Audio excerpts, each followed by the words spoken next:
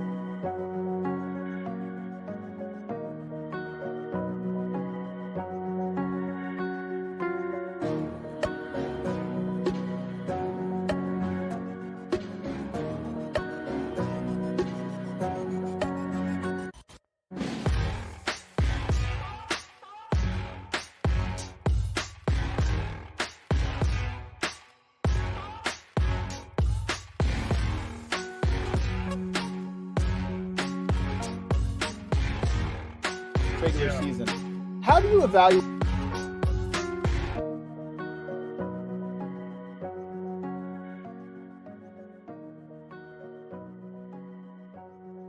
I don't know how to square this. A sweep, but it felt competitive the whole way through.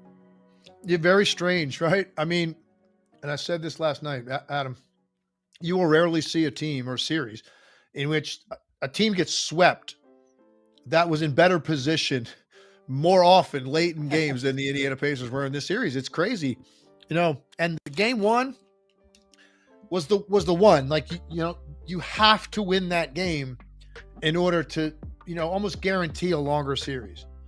And they don't. They cough that up at the end of the game. Critical mistakes. Boston takes advantage of it. Game two, Celtics dominate. Jaylen Brown's incredible. Go to Indiana. Both games, one possession games inside of 3 minutes. It's there for the taking. And I think what separated the two teams, and we saw it again last night, the poise, the execution, the shot making, the defensive plays, because they made them again last night, like that, all of that favored the Celtics in the big moments. It's that simple. Indiana absolutely earned a lot of respect, I think, from people that were watching that series because of the way they were able to still play, and they missed, their floor leader Halliburton out a couple games, and they still played them the way that they did and gave themselves positions in these games and chances to win games. But they just weren't nearly as good as Boston was in the big moments. It's that simple. And so you get this strange sweep when 3 of those games were hanging in the balance late, and yet Indiana can't win any of them. And so Boston moves on, which we all expected to happen. I just didn't expect it to end up being the number 4 games because it didn't feel like this should have been a 4-game series. Yeah, we're going to give the Pacers some love, but we're also going to give the Celtics some love because while they had to eke out a couple of these, they won in a sweep and they went through the East in 14 games, which is very rare. It's an extension of what they did in the regular season. So today we're going to give them some love as they move on to the finals and talk about what maybe is different about them this year, some things we noticed about them that are different from previous years. But first, we are presented as always by DraftKings. Stay tuned because you'll hear more about DraftKings and all it has to offer throughout the show. DraftKings, the crown is yours. So, Legs, the way you framed it's interesting because I felt like the Pacers should have won 2, if not 3 of the games already in that series. And yet I also feel like the Celtics should have won the series. So it's weird to square those. I think the Celtics are the better team. The Pacers did some stuff. But in game 3, they led for most of the game and lost the lead with 39 seconds to go. They lost the lead a little bit earlier than that in game 4, but the Pacers retook the lead, and this time it was 44 seconds before the Celtics took their final lead of the game. So in a lot of ways, to me, it mirrored game 3. You have control, and then you could just feel this sense of hanging on. You're hanging on by your fingernails, trying not to let this one go, but they couldn't score in the clutch. They had some turnovers, they had some some bad shots, some just bad possession. So what happened? If we just analyze this game real quick, what happened for the Pacers in the clutch of game 4? I think the turnovers are critical. And I think, that's when you start looking at the Halliburton factor, like for them in late game ball handling. That's going to be in Tyrese Halliburton's hands. And it doesn't necessarily mean he's going to shoot or score, but he's really good because of his length and size. He's really good at getting ball screens and dragging people and then able to get the ball out of that with 2 on the ball to the spot that it needs to go to so that they can then make the next pass or operate their offense and somebody can get a good shot. You look at some of the turnovers they had, it felt like Indiana was a little bit frantic. They didn't play with composure and where they took the ball quickly up the floor into traffic with guys that are good ball handlers and looking for their offense, but not necessarily to control the ball, to manipulate the defense, to move it to the next guy. That's what Halliburton can do. So the loss of him was clearly big. But that was the biggest one. They also had a problem securing defensive rebounds at really important times in the game. Some long rebounds were had by Boston seemed to me, you can call them 50-50 balls if you want. I look at it like some of those balls were 60-40 balls, 70-30 balls, and you still didn't come up with them that were really important plays in the game. So Boston made those winning plays. And then look, the shot making of the Celtics. They made every big shot they had to make. And it was interesting watching them.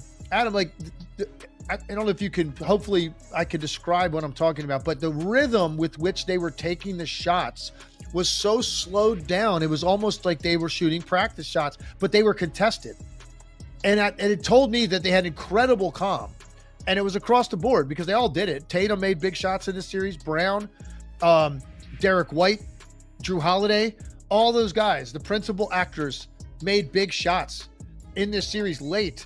And the comfort level that they had in those moments was pretty stark to me. And I thought it was a contrast to Indiana that got rushed up and sped up in those moments. You know, they had an 8-point lead with 2.5 minutes to go in game 3. An 8-point lead. All right, they had a 3-point lead with the ball with 8 seconds to go in game 1. And then last night, I'm looking at it because I was curious, like thinking what was their biggest lead late. They led by 8 points with 5:56 left. You got, you know, so think about that. I mean, you're in control. You are in the driver's seat. At that point, you just can't have, 3-4 possessions in a row where you don't score, and you're going to win the game because you just have to stop the momentum of the Celtics, and they just weren't able to do it. So I guess, that's a lot there. The blanket statement would be execution, plain and simple. Indiana did not execute and get quality shots when they absolutely had to have it, and Boston felt like every decent look they got, they made in those spots. Yeah, it kind of mirrored game 3 in a lot of different ways. One was with Nembhard late in the game, and he made some big shots and made some big plays. I actually thought he was very good in this entire series. I know last series he was sort of the mark, and we talked a lot about how, Jalen Brunson was finding him and attacking him. Sometimes it's as simple as matchups, and that's a tough one. I thought he was much better. He was good offensively in the last series, but I thought he was much better as a two-way player in this one and did some good things. But in both the last 2 games, the difference between the ball in Halliburton's hands and closing that out and getting good shots and him, and I almost feel like we had another scenario where it was transition. And maybe it's just by the way Indiana plays. They don't want to slow things down even in the clutch. He had another, I'm being aggressive, I'm driving into traffic, and turns it over at a key spot. And I just thought Nembhard was so good in the series, and yet my lasting memories is going to be 2 major terrible last 2 minutes where he got turnovers. And that's rough because I feel like this is a launch pad for him, but you have to balance it out with those plays. The game 4 play last night, that's just inexcusable. Like, where are you going? He's out of control. You come down, all kinds of traffic. You're spinning into the paint where all the bodies are. Your head is down. Like that. And again, you're right. And I'm going to go over it in a second so we can kind of really lock in on how good he was in this series. But that's not the spot you want him in. You want him off the ball as a primary scorer because he is a really talented offensive player. And they have found a guy that is going to be a huge part of what they're going to do going forward. There's no question. The game 3 one, the turnover, I just felt like that was an incredible play by Drew Holiday. It was. Like his anticipation to jump that hard to his right hand. He clearly saw him there in the moment where he was going to try to get, and he beat him to the spot. And I felt like Nembhard was trying to aggressively get in that angle and then get to the rim and try to draw contact. That looks like where he was headed. And Drew Holiday just beat him to the spot so badly. You rarely see a guy anticipate it that cleanly to that extent.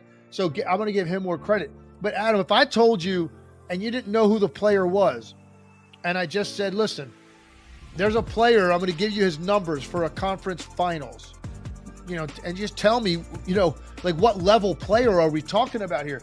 Yeah. 21 points a game, 54% shooting from the field, 48% from the 3-point line. It gets better. Almost 8 assists a game with 1.5 turnovers. Great ratio. I mean, look at that ratio. And unfortunately, 2 big ones, no question about it. Well, 3 really, if you count the inbounds pass in game 1. Because at the end of the day, he threw the ball. You don't have to throw the pass, right? I mean, you're ultimately responsible for it. The design of the play was terrible. They could have advanced it, taken time out, whatever. They could have done something different. I get it. But he still threw the ball. So really 3. And he only averaged a turnover and a half for the series per game. So unfortunately for him, when he did turn the ball over, it was at a critical time because that's really probably not supposed to be on his dinner plate at that time. He's got other responsibilities as a scorer. But those numbers, man, 21 on 54, 48, 90 shooting splits. Yeah. My goodness. And almost 8 assists and a turnover and a half. Like, he couldn't have played better in this series. And the good news is, stinks to lose. It's progression in this league. We know it. Boston's been there a million times. Everybody expected Boston to win a series. They did. The good news is the Pacers have found a guy. Right? He's 24 years old as we head into the summer. And they have found a legitimate big-time player as an off guard and a combo guard because he can play some point if Halliburton's on the bench. So you're talking about a guy now that's going to be, I think, a fixture for them going forward. I love his game. I mean, I thought he was incredible. Honestly, prior to this playoffs, I thought he was incredible. But the playoffs, separate. The playoffs kind of show you, okay, this is tougher. Who can handle it? And the fact that his game didn't diminish at all. In fact, it stepped up a level. Is just so impressive. And so much so, Legs, that last night, people on the timeline, real analysts, good analysts, were talking about Nembhard's upside as a star. And I'm thinking, I love Nembhard, and I love that mold of player.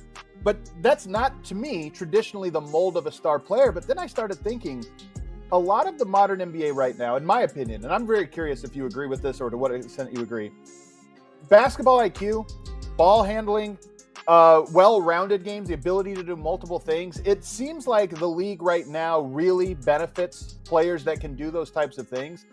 I don't see Nembhard as a star, but I do see him as a guy that can do a lot of things and has a high basketball IQ and good size on him.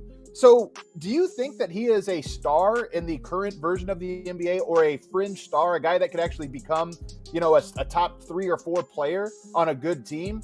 Or do you feel like he is more of a role player, which is what I think everybody expected when you draft him as late as he was drafted? You expect, okay, maybe he's a role player. Do you see him having the upside of a star? I mean, I definitely think he can be a top 3 or 4 player on a good team. I mean, I think he probably kind of is that now. I mean, because you look at you're right. I mean, you got Halliburton and Siakam, who are going to be listed as your top 2 guys, and then Miles Turner is going to be right there, and then Nembhard. And on a given night, it could be Nembhard or Turner, depending. Hell, on some nights, it was more Nembhard than Halliburton because Halliburton got quiet in some games in the playoffs. And so I'm not saying he's a better player than Halliburton. I don't know if he's as important as Halliburton. There's no question in my mind. I think this is a guy that can push 20 points a game, close to it, somewhere in that range on a team that can contend. So I think that puts you in that category. Now, would he ever be an all-star? I don't know. When you're always going to have a couple guys that have bigger names, bigger profiles on your team that are going to get those kind of recognitions. But I think, to answer your question, man, it's somewhere in the between.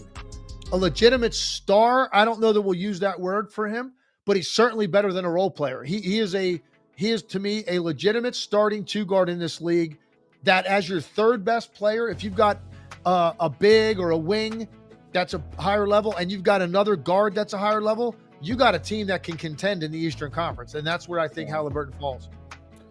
Yeah, and you think Derek White, was another player, not a ton of hype, and then all of a sudden you look at it and you go, no, actually he does everything. If he's your 4th or 5th best player, that's an incredible connector piece, and he kind of reminds me of that mold of player, that type of player.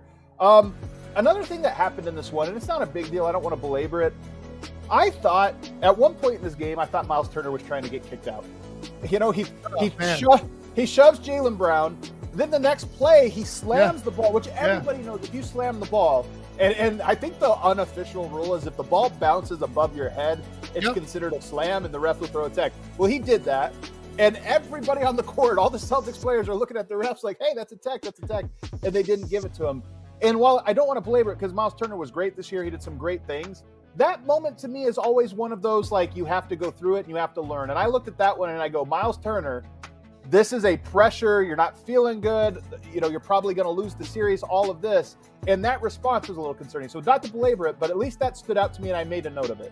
Yeah, no, I think that's a fair note. I was sitting there watching the game with SVP when it happened, and I said, well, he's going to get tossed because of what you said. That's kind of the rule. And even if – so you have two ways to go about it. If you could slam it really hard and catch it, you still might get a tech because of the noise and the force, right? Yeah. Or you could slam it soft and catch it, no big deal at all. It happens all the time. If you slam it kind of soft like he did, but hard enough that it comes up above your head, you made no attempt to stop the ball, that's a gray area because he didn't forcefully slam it, but he also made no attempt to control the ball. So, that is absolutely right down the line. What are you going to do? And I think the bottom line was, and I think they probably did the right thing, by saying, look, do we really want to eject someone in a game like this over that? Absolutely not. So they elected not to. But you're right. I said the same thing. Like, how dumb can you be? Come on. What are you doing? Right. You just got a tech. Are you trying? Like, you know how close you are to getting ejected right now? You're going to leave your teammates out there by themselves in a closeout game? Come on, man. You're too important. So, but you're right. There's got to be a maturity to this and a learning experience from this. And I think there's no better, honestly, if you're going to lose a series, Adam. Now look, losing a 7-game series where all these games are close. Yeah, clearly you really feel like, man, like we really had that team on the ropes. And now I can't wait till next year. We know now we're in the mix in the East, and let's go. Let's improve our roster and let's be healthy and let's make a run at this thing next year. But short of that, this isn't a bad scenario either, because you realize how close you are, because you're talking about a handful of possessions in this series, in the whole series. I guarantee I could go handpick less than 10 possessions in this whole series and flip the entire thing, and it'd be 3-1 Indiana right now. If I could go handpick those and they were managed differently by the Pacers, or Boston missed one of those big shots, right? So I think that gives you a sense that, yeah, man, we were right there, but at the same time, we had 0 wins. So you still have it in your head that, like, yeah, okay, we were close, but we didn't win any of those games. So now we have to really go out and we've got to look at our roster, look at ways to improve, look at ourselves and watching these films of these games. How did we come up small when we needed to be bigger? And that's going to help this team tremendously going forward into next year. I know this. They're going to be on everybody's radar now going into the season. That's the thing. Yep. And so now you've got to look. It's different. It's different than this high octane team that was hard to prepare for, and they snuck up on some people, and the in-season tournament, they got some hype. Then they went away for a while, and then they got hot at the end of the year against a depleted Eastern Conference. That's the narrative that a lot of people are going to have. Next year, that won't be the case. You're going to go into the season. People are expecting to get a really good team in their building, or if you go into their place. And now the readiness is going to be different for them going into the season. So they've got to improve their roster. They still need to add things to their roster and figure out a way how they can be better in tight spots. I think the Pacers represent the second, and for Pacers fans, take note of this. This is the second best season you can have. It's the first leap year. The first year your team makes a leap and gets on the big stage because there's no pressure. Everything seems new and exciting. Nobody was looking for you, and everything kind of seems like a miracle along the way. The only thing better than that is when your team actually wins the title. But every step after this, like you said, it becomes a bit of a slog.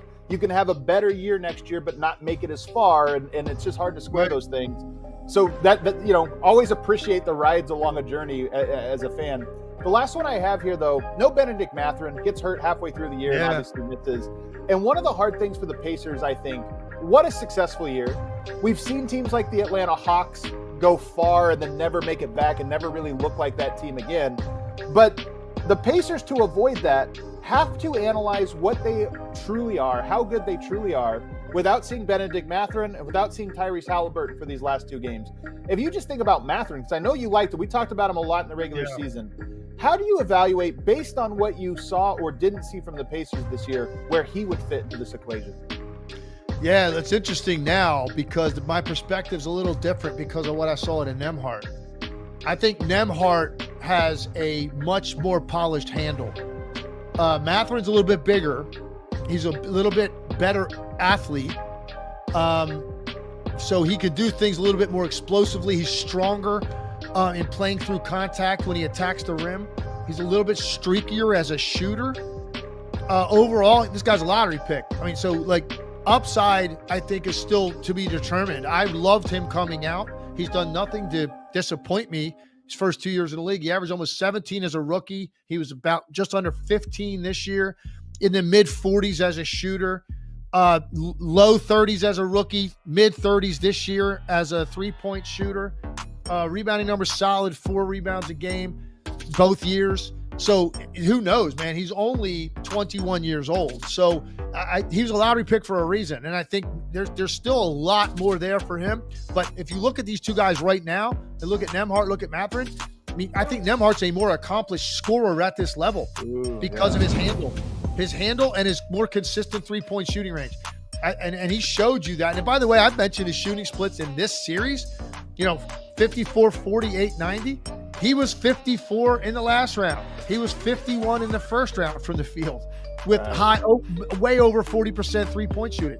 So like this wasn't like, oh, he got hot here in this series or at the end of this series. No, he just had much fewer shots in the first 2 rounds because Halliburton was there. But that's even more impressive to me. He took 15 shots a game in this round and shot 54%. In the last round, he took 9 shots and shot 54%. That's hard to do. That's hard to say. We're going to give you, number one, it's hard to shoot 54% on 9 shots. That's just hard to do as a guard. But now we're going to say, okay, we're going to give you 6 more shots, and there's much more attention on you by their defense. Now what? Oh, well, I'll still shoot 54%. I'm so impressed with him as a scorer, an offensive player, that now it's a little bit murkier. What Mathurin? Is he the starting 2 guard or is Nembhard? Like that's kind of how I look at this right now. The overall upside I would still give to Mathurin because just what I saw physically coming into the league. I saw enough the first 2 years, but he's got to improve in certain areas. Of the size, I do like the size factor and the strength factor that Mathurin has and his ability to attack above the rim. He can finish. That's an element Nembhard doesn't really have. But Mathurin's got to work on his handle and his consistency with his shooting. And you're going to have, I think, a pretty big-time 2 guard on your hands. But right now, Nembhard's made this a lot more interesting discussion. And the other thing that Nembhard has that I like, Legs, it's something we talked about with Luka yesterday. When there's 6 seconds on the shot clock, your natural instinct is speed up.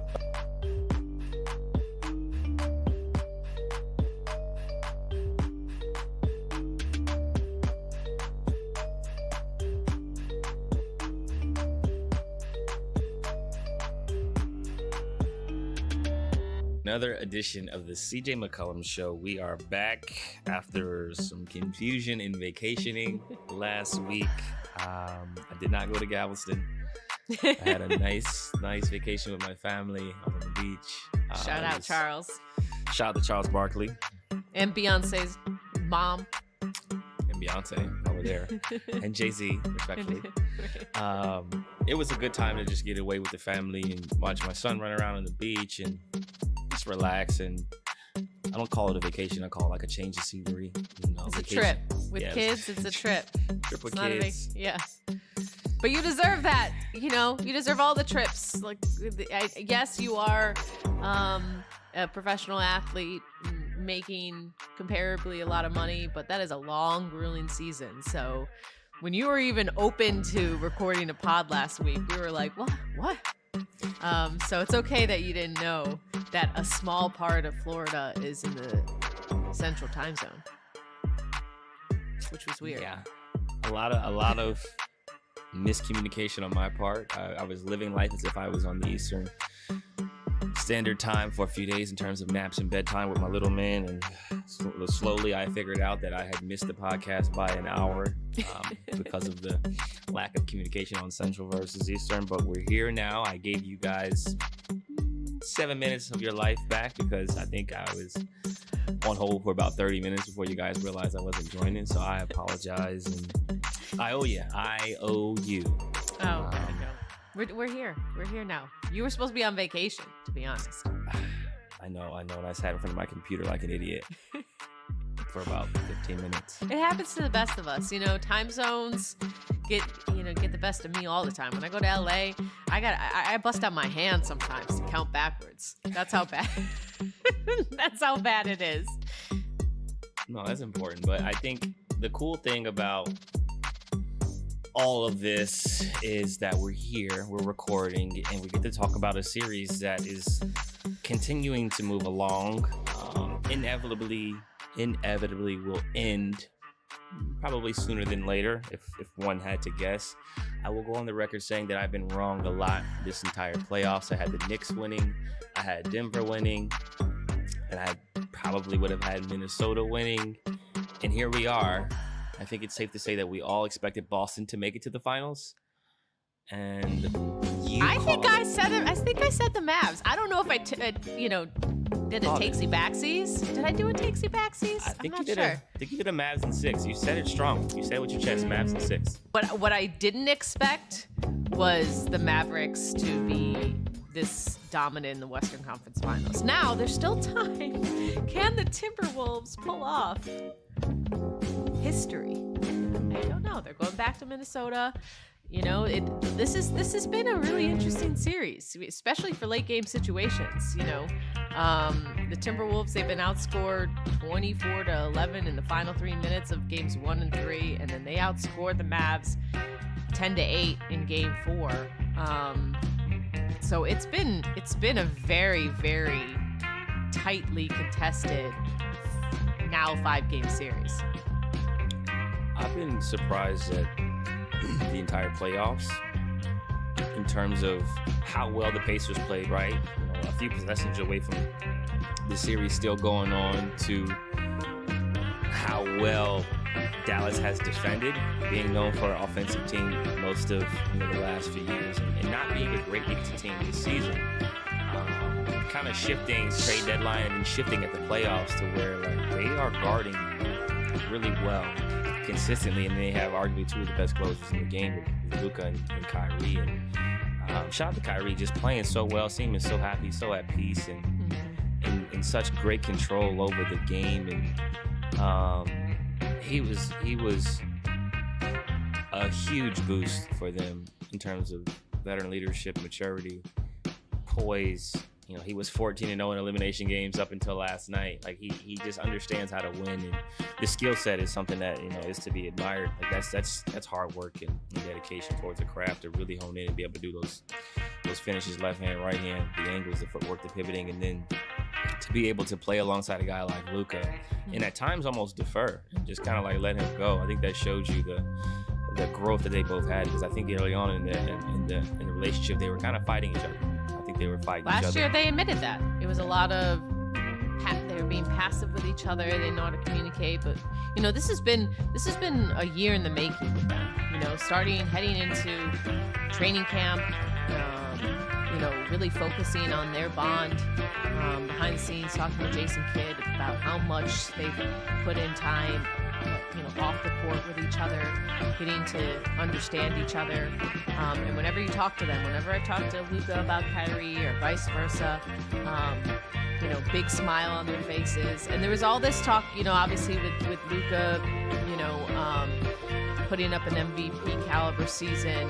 There was a lot of, Batman and Robin talk. But I had a conversation with Kyrie, around that like February, March mark where they started to kind of turn it on.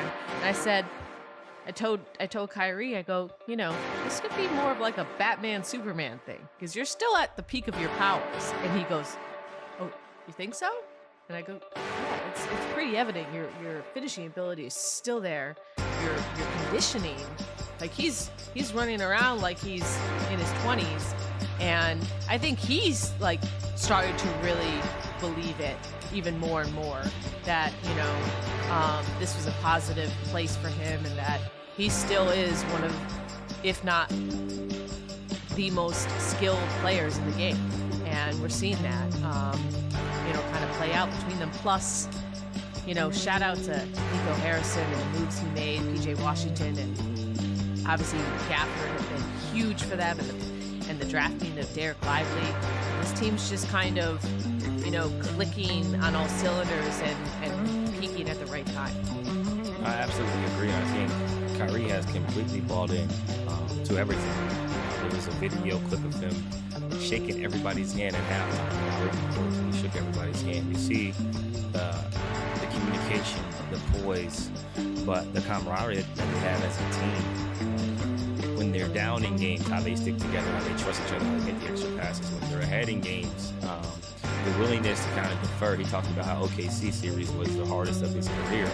His willingness to defer or just make the right play over and over again, understanding that, he's a scorer. He's a guy who generates baskets, and he didn't have many opportunities to do that based on how they were guarding him, and he didn't force the action. He just made the right plays over and over again. And some nights only shot 10, 11 times. And with the help of some of those additions you talked about from Nico Harrison, shout out to my boy Nico, they are a better team, more deep, and they're doing all of this without Maxi Kleber. Obviously, he came back last game. No Derek Lively last game. Wait, that meme was so good. Of like all, did you see when Luka, Kyrie, Derek Jones, and PJ, I think it was, were Oh, yelling they're at trying to come Maxi. in? Yes, Yeah. because Maxi's been out for a while, and they're in this like they're in it. Like this Mavs team, they're one. And so them yelling at him to come join their huddle was, I mean, just a great moment to show the connectivity of that group, and Maxi kind of being a little behind the 8 ball in terms of his first game back. Yeah, no, that was definitely cool to see, and I think that shows you, like you said before, the connectivity. And Jay Kidd, who's going to get a nice extension if he hasn't already got one, has done a great job of kind of getting them all to buy in, using his timeouts well, figuring out rotations. They have mixed and matched certain matchups, and I'm really just impressed with how well they've played and how they've adapted throughout the course of the season and been able to take on many different identities, from regular season to the end of the season, post All-Star break to the playoffs. And I look forward to seeing, obviously, how this series finishes up with the game on Thursday, but also that potential matchup of Mr. Irving in the Boston Garden and Mr. Porzingis playing against his former team. Yeah. It's going to be a lot of fun to watch, a lot of isolation basketball and a lot of tough shot makers all coexisting in one arena. I mean, especially with the Porzingis side of things, because, he's ramping up. The expectation is that he's going to play game 1, which is not until June 6th. So, the Celtics are, off for more than a week. So he has a lot of time to ramp up and get himself, in game shape. But when you think about kind of what plagued Porzingis, is his post-up ability, and he said he had a rude awakening when he was in Dallas, just about really feeling like he lacked that ability. And so and then obviously there was just not necessarily tension between Luka and Porzingis, but they couldn't really figure out how to be a 1A 1B or a 1 and 2, and so it's interesting, that kind of like mirror of how Kristaps has been looking and admitting that he's had some growth and maturity to where he is now with the Celtics, feeling like that's the perfect place for him at that point in his career. And Kyrie also admitting at the beginning of the year some growth and maturity that he's had to go through to where he's, to steal Brian Windhorse's term, in full bloom with the Mavericks, with his ability to kind of feel like he's in the right place. So I think it's good to kind of see them both in a good place and on both of those teams. I don't know. I'm sure both sets of fans are going to lean into that vitriol when each come to town, but I wonder how much that tension actually means to those players. I think it's definitely going to mean a lot to the fans, and I think for the players, it's about competing for a championship. And just so happenstance, as they say, they're going to end up playing the Boston Celtics, presumably once they finish this series against the Minnesota Timberwolves. And I think they're all at different stages of life. Like Boston seems to be very happy. They got Drew Holiday, they got Derek White, they have all these pieces around the Jays. Porzingis presumably coming back. Al Horford, they got Pritchard, they got Sam Hauser. They rely on their starters. They got a new coach, from the last few years, bringing in, Joe Mazzulla. Mazzulla replacing Udoka. And then Dallas, they seem to be happy. It's like a happy marriage all the way around, where Luka, Kyrie are a seamless fit now. They bring in Nico, he signs Kai. They make a deadline trade. Shout out to my guys, Seth Curry and Grant Williams. I wonder, and maybe this is a conversation for another day, are my boys going to get rings if Dallas wins?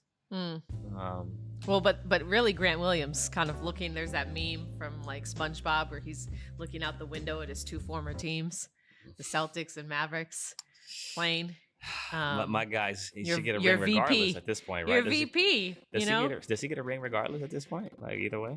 I mean, he started the season on the team. But I don't know. I don't know the rules. Aren't you? I could feel like you would know those rules better than me. I think it's team discretion, and there's a certain amount of games. Ooh, team discretion. That doesn't look very favorable for your guy. Maybe. Grant, I mean, if that's he's the loved. case. He's loved in both Boston and Dallas by some players, for sure. He's not going to get one from Boston because he didn't start the year on Boston. So, like, no.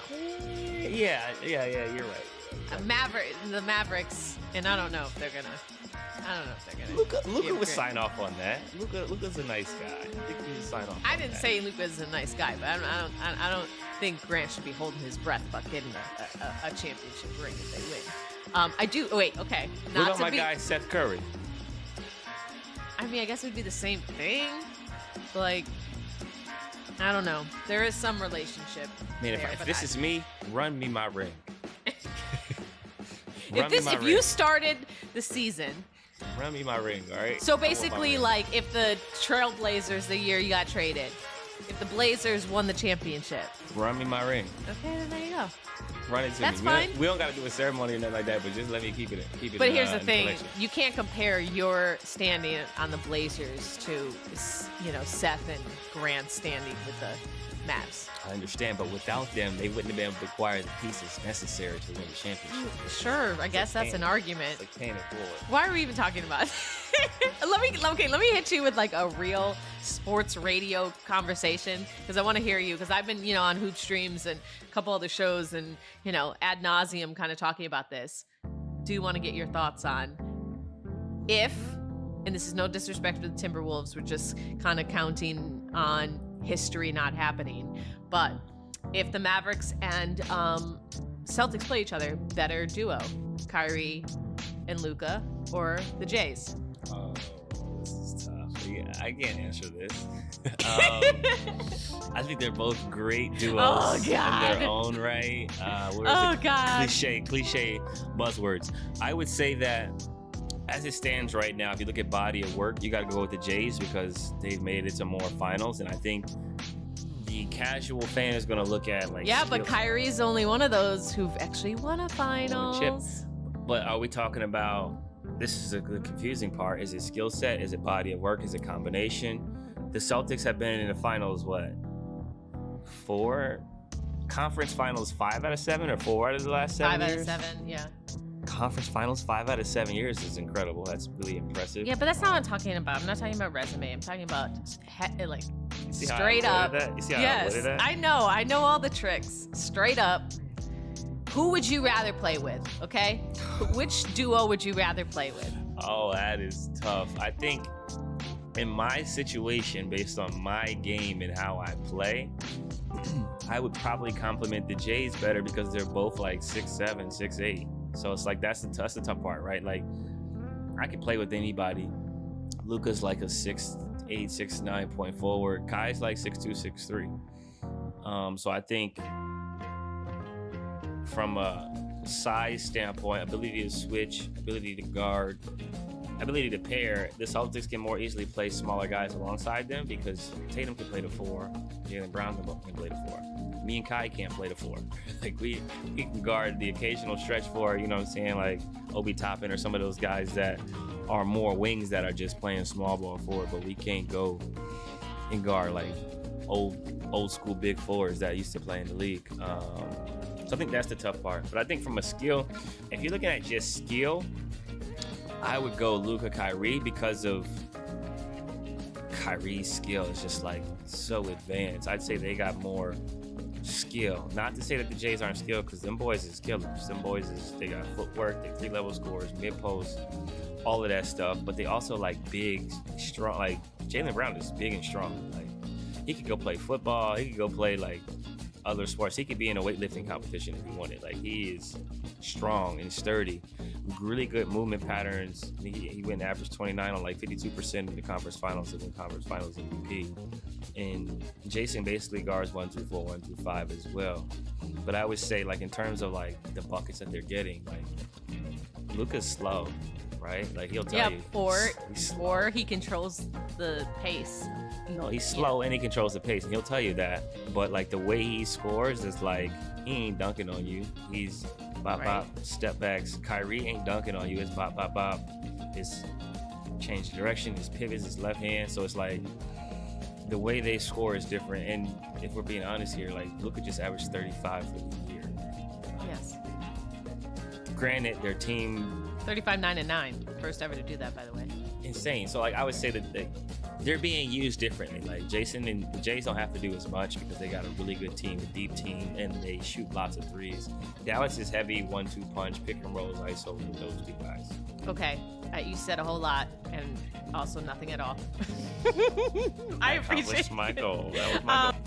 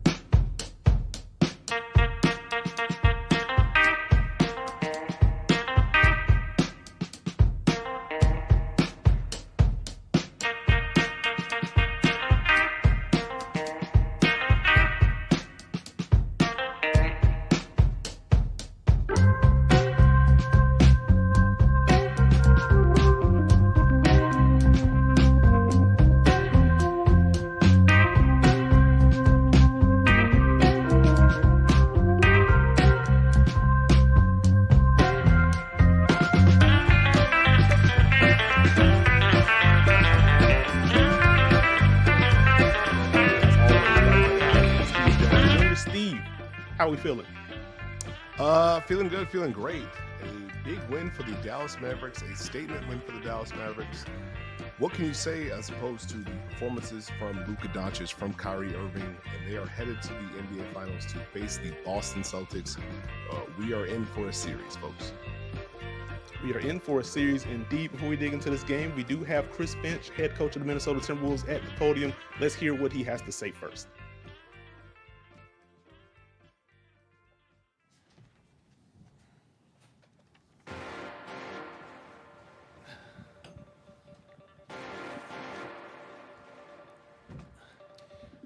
It's just the way that Luka came out in the first quarter. I mean, how did you try it? What did you see out there, and what made it so impossible to get on top of it? So, first and foremost, congratulations to the Mavericks. You know, they won the series. They earned the series. They deserve this series.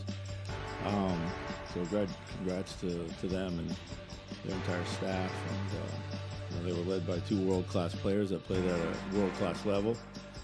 And to answer your question, you know, Luka came out tonight, put his stamp on the game.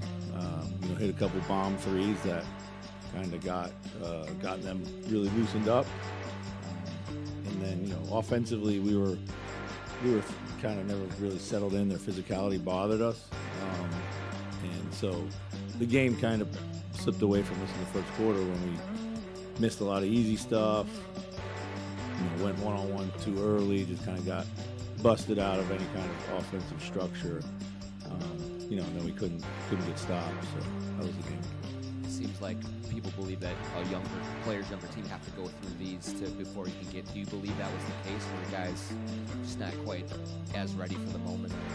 Yeah, I mean, I'm sure there's some of that, you know, but we had chances early on in this series to make it, you know, more of an even series. You know, and there was probably going to be one of these games in this series, one direction or another. And, you know, tonight for us, it went against us in a big way. Chris, where do you think the biggest moment of growth, or the thing that you'll take away from this team that you'll feel best about reflecting on the entire postseason run up to this point? Yeah, I think it's a great question. I think, you know, as every series goes along, like it just gets to another level of execution, another level of fitness, another level of readiness, another level of, like, you know, closing quarters, like everything becomes a little more heightened every series that you go through. So I think that's the biggest thing for us. And how can you guys as a group use this as kind of a building block to, you know, create a new standard for yourselves? Yeah, I mean, for that, you know, certainly want to look at the season-long performance as well as anything that happened in the playoffs. Certainly, like, take from what we learned here and the lessons that we were taught, but you know, try to figure out some things, you know, that might kind of be red flags moving forward. But yeah, you got to start back at square one when the season starts. You can't skip any steps. You know, the West is going to be a monster next year, as it continues to be every year. So, but you know, there was a lot of things we did well this year. Super proud of our guys in just building another layer of foundation to get where we're trying to go. Chris, did they take away what you were trying to do on offense, or did you kind of give it away to some extent? I mean, their physicality really bothered us. You know, I thought their physicality kind of just busted us out of everything we tried to do. So. And do you think that's been part of a kind of a season-long? I mean, there's been a number of things that have plagued the offense. But... Yeah. I mean, it doesn't feel like it's been a season-long thing. It's been certainly here and there over 100 games that you play. It's happened, but yeah. What surprised you most? That their physicality is what got you guys out of it? It's been the opposite for you guys all year. Yeah. Yeah, I mean, I don't know if it surprised me. I mean, their defense has been, you know, top defense since the trade deadline. They've done an incredible job of remaking their roster. Two elite rim protectors. You know, everybody's guarding at a high level. Good schemes. But yeah, I mean, we weren't able to apply the pressure at the point of attack with their two guys as we have been, and you know that feels like we spent the whole series on their hip, or them getting by us a little too easily, and you know, that's a tribute to their great skill as much as anything else. So. Yeah, I was going to ask. Like, I think a lot of people feel like, oh, the Wolves didn't play like the Wolves, but how much do you think Dallas did have to do with that, and especially the play of those two, kind of taking you guys out of what? I mean, they shot over 50% again. You know, we've been defensive led all year. We didn't get our defense consistently into this series the way it needed to be. You know, our most physical effort was last game 4, when we looked a lot more like ourselves on the ball and you know, at the rim and everything else like that. So. For Ant at 22, it's rare in NBA history. Yeah. 22 leads a team in scoring and leads this team to the finals. What is the next kind of growth here for him, and what did he maybe learn in this series that can propel him forward in the offseason when he goes to work on his game? Yeah, I think for sure. I mean, got to get better at the things that you see in the playoffs, which get heightened. You know, I think picking up some of the decision making. You know, I thought I did a much better job of that as the year went on, as the playoffs went on. You know, he saw probably more bodies in this series than he had the previous 2. So that was one. You know, but you're right. He's, you know, for number 1 pick. I think he's had more playoff success than most of his colleagues that have been selected in that spot in recent years. The real challenge is, like, again, starting over at day 1. You know, you can't get bored with the process of being great, and it takes, you know, the summer, it takes 82 games, and it takes, you know, sharpening your resolve in the playoffs, and you know, just got to keep putting the work in. Chris, you said in your first answer you felt like you busted out of structure by going a little isolation heavy in this game. What's the key when Ant and Cat are isolation heavy players to kind of stitch that together, the combination of isolation and structure? I mean, being able to go in isolation is, everybody does it at some point in the game, no matter how much structure you have out there. But you still got to get set. You got to get to the right spacing. A lot of it is spacing related, you know. So. We were never really able to kind of get, I don't think, into anything that gave us great, shape. So.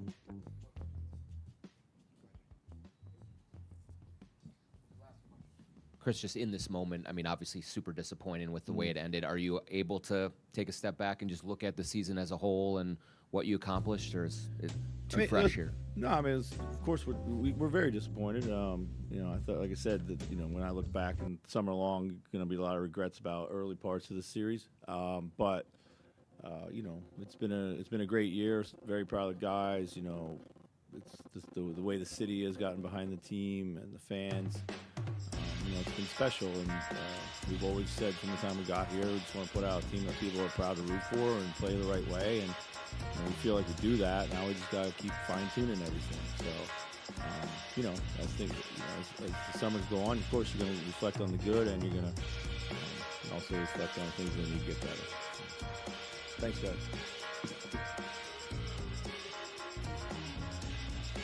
That was Chris Finch, head coach of the Minnesota Timberwolves. You just heard from the podium. Steve, did anything in particular stand out for you from Chris Finch? It's a tough finish for the Minnesota Timberwolves, but I think there's a lot for them to be proud of. I think Chris Finch mentioned the West is a monster, and it will always be a monster, but you have to remember the Timberwolves' identity carried them to the Western Conference Finals. You heard how they couldn't quite reach that identity in this particular series. I think Chris Finch talking about the growth of Anthony Edwards, the work they put in defensively, the chances they had in this series, but ultimately, the Dallas Mavericks did have the answers in this series. Luka Doncic did set the tone, and Jason Kidd had his team prepared and ready to go ahead and get them to the finals. All right, sounds like we need to prepare to hear what Jason Kidd has for us as he is making his way to the podium right now. Your head coach of the Dallas Mavericks heading to the NBA Finals.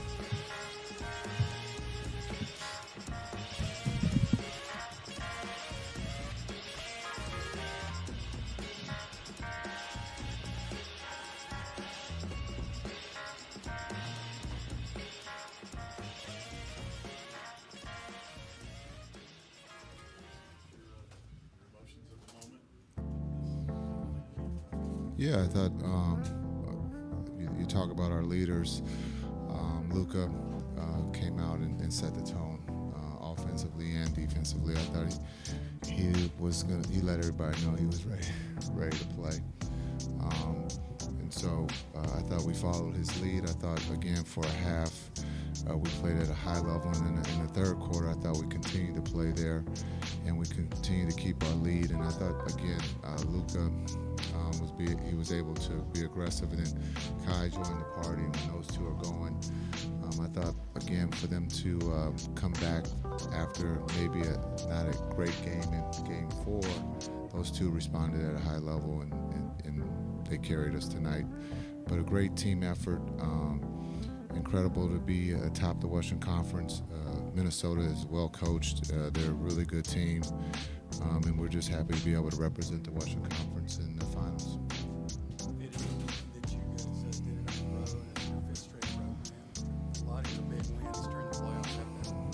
Yeah, I think it goes back to year one. I think we've had some big games, road wins.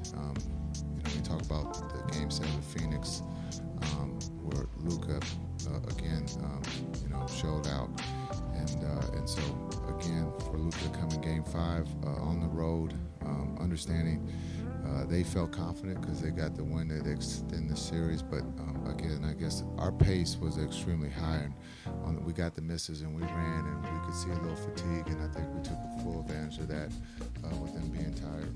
What's going through your mind when you see Luka come out? He scores in the first couple of possessions. He's got 12, 2.5 minutes in the game, and he's snarling at the crowd. He's kind of full Luka mode. He was definitely Luka Magic mode, and just thinking about, is he going to play all 48? Why not if he's going like that? But again, I thought he set the tone, and then he just made it easier for everybody else, and everybody else stepped up. What was Kyrie able to do tonight, Jason, particularly in that second half? Yeah, I thought just being able to use his speed to get to the rim, and then he was playing off of Luka, and he got a lot of great looks, wide open looks, but then also being able to pull up, going full speed. His ability to stop on a dime and shoot the midi was at a high rate, and those are the same shots we got in Game 4. It just didn't go down for us. Jason, when you see that full Luka sicko mode, like Tim referenced, obviously the one that comes to mind is Game 7 against the Phoenix Suns. What does it remind you of? That does it remind you of other games that you've seen from Luka? I've seen a lot of games, but Game 7 in Phoenix and this one was very close to that, where he took the crowd out of the game right off the bat. And he let his teammates know that it's time, that we got to take it up a notch, and they joined the party. But he sent the invites out, and they all came, but he was ready to go. And so, as a leader, that's what you need on the road against a very talented team, to let them know that it was going to be hard tonight, and he definitely did that.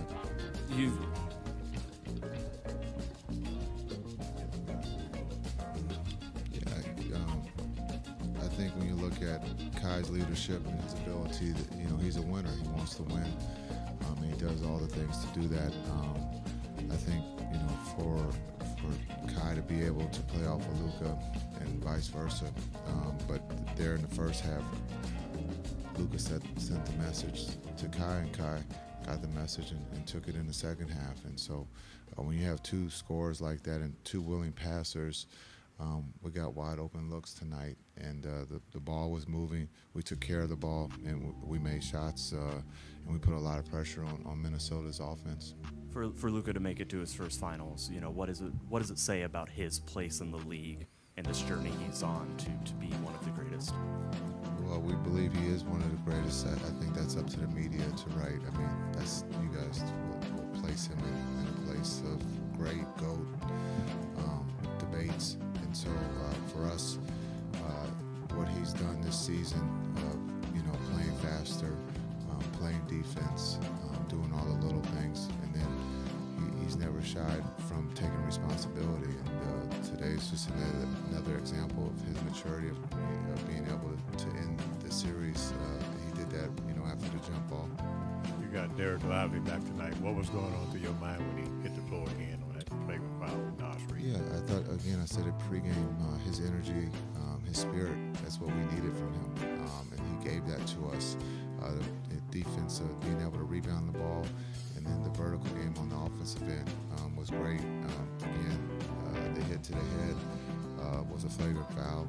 Unfortunately, I think he only made one free throw, but he was fine.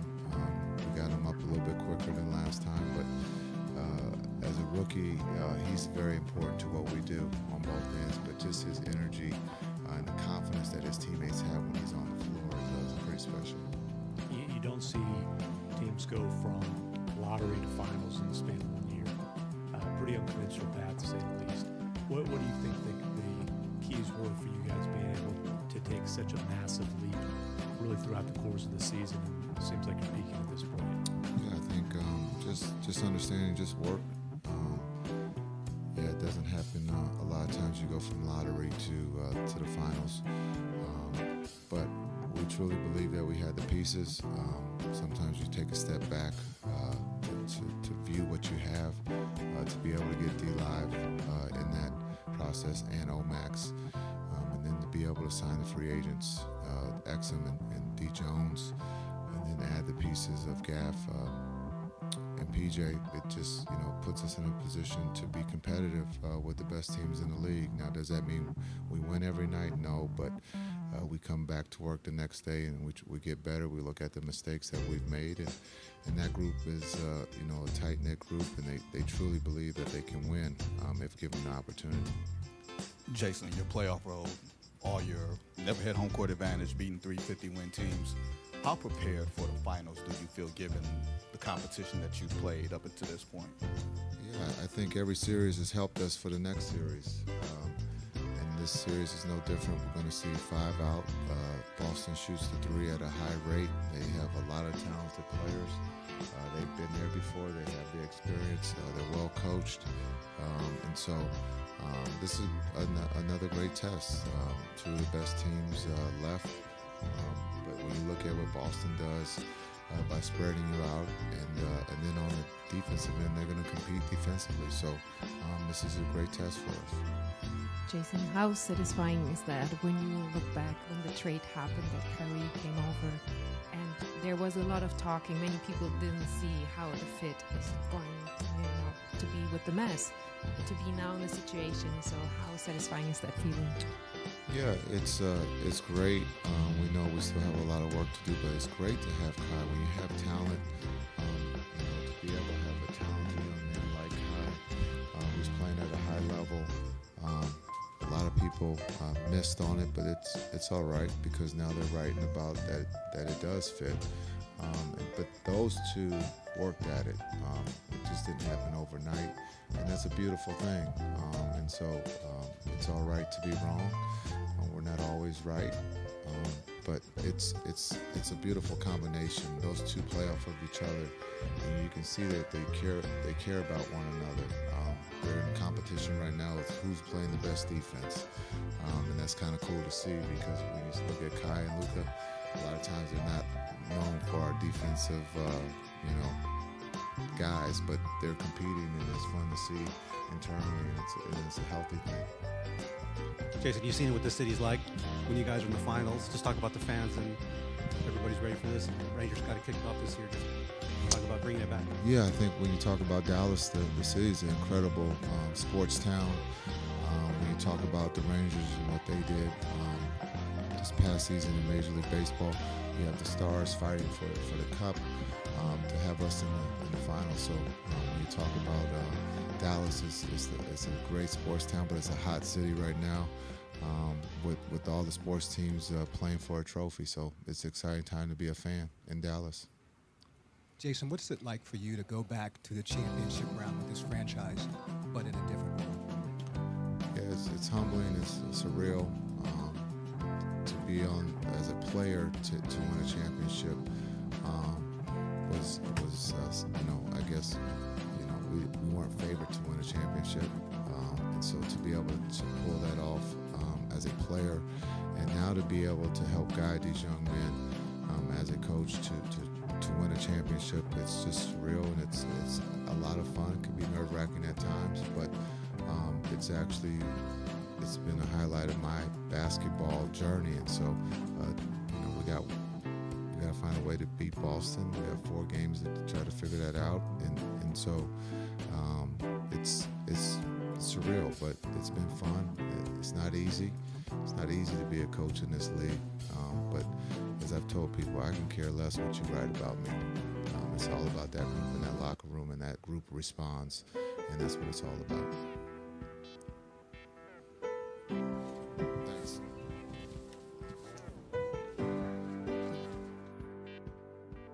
And that was head coach Jason Kidd of the Dallas Mavericks, was a point guard on that 2011 Mavericks team that won a title. This has been one heck of a run for Dallas. You beat a 50-win Clipper team in round 1, also a top 5 offense. You beat another 50-plus win team in the Oklahoma City Thunder. They were top 5 offense and defense. And then you beat another 50-win team in Minnesota who had the best defense in the league. Just a gauntlet that this team's been able to go through. Much respect from me, much props from me. Steve, anything particular stand out from Jason Kidd in that presser? I mean, he talked about it at the end. It's all about the group. It's all about those players. And he snuck in, and we weren't favored to win a championship when he was a player. I like that, setting the tone for the Boston series. But the thing he mentioned, every series in this playoff run that you mentioned has helped them for the next series. And as much as Luka and Kyrie knew the assignment, they set the tone, and they worked to grow and to get to this moment, the Dallas Mavericks defense worked to make it as hard as possible for Minnesota and for their offense, and kept pressure on them the entire series, and that ended up getting them to the finals. And so that's what really stood out to me. That identity, that mindset that pushed them towards this run. There you go. Let's go toss it up to Anthony Edwards of the Minnesota Timberwolves. He's coming to the podium. Heck of a playoff run for him, though it is ending tonight.